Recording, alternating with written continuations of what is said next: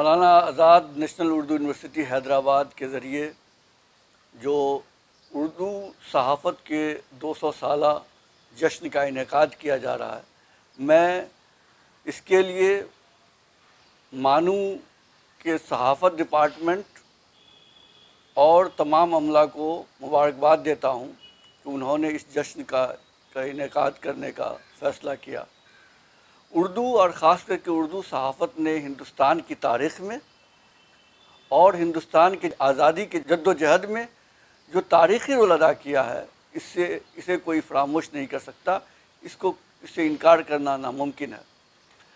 اگر بات کی جائے کہ اردو نے کیا دیا ہندوستان کو، تو سب سے پہلے اگر ہم شروع کریں تو وہ چاہے انقلاب زندہ باد کا نعرہ ہو یا سرفروشی کی تمنا اب ہمارے دل میں ہے، دیکھنا ہے زور کتنا بازوئے قاتل میں ہے، ایسے جوشیلے نعرے جو آزادی کے متوالوں کو اردو نے دیا، اس کا جو رول رہا ہے، یہ سب ہم پر عیاں ہے۔ اور میں سمجھتا ہوں کہ یہ سیمینار، یہ سمپوزیم، یہ سیلیبریشن اس بات کی بھی گواہی دے گا اور اس بات کو بھی اپنے ڈسکشن میں لائے گا کہ اردو کے ساتھ جو سوتیلاپن ہو رہا ہے، جو کچھ لوگ نادانی میں کر رہے ہیں، وہ اردو کا نقصان نہیں بلکہ اپنا نقصان کر رہے ہیں اگر وہ یہ کہتے ہیں کہ اردو ایک خاص مذہب کی زبان ہے۔ اب مذہب کی کوئی زبان نہیں ہوتی ہے، زبان جو ہے وہ کلچر کا، تہذیب کا حصہ ہوتی ہے، جو کہ اردو ہے۔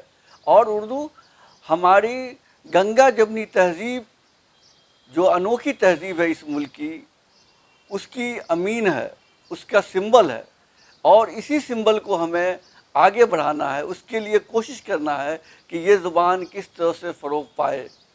اور جو لوگ اس پر سیاست کرتے ہیں، یہ سچ ہے کہ آزادی کے بعد اگر کسی کو سب سے زیادہ نقصان ہوا تو اس زبان کو ہوا، اردو کو ہوا۔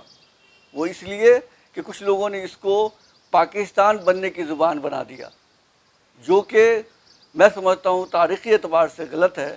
اور اردو نے جو ہندوستان کی زبان ہے، اگر ہندی اور اردو دونوں بہنیں ہیں تو ہندوستان اس کی ماں ہے۔ یہاں کی مٹی سے پلی بڑھی زبان، یہاں کی مٹی میں بڑھی ہوئی زبان، یہ سب ہم سب کی زبان ہے۔ اور اس زبان کو بچانا، اس کے لیے جو بھی کوشش ہم کر سکتے ہیں وہ کرنا ہمارا کام ہے۔ جہاں تک سیاست کی بات ہے تو ہمیں چاہیے کہ سیاسی لوگوں کو الگ کریں، اور اس کو تو میں یہ اس طرح سے کہوں گا کہ ان کا جو کام ہے، وہ ان کا جو فرض ہے وہ اہل سیاست جانے۔ میرا پیغام محبت ہے جہاں تک پہنچے۔ بہت بہت شکریہ۔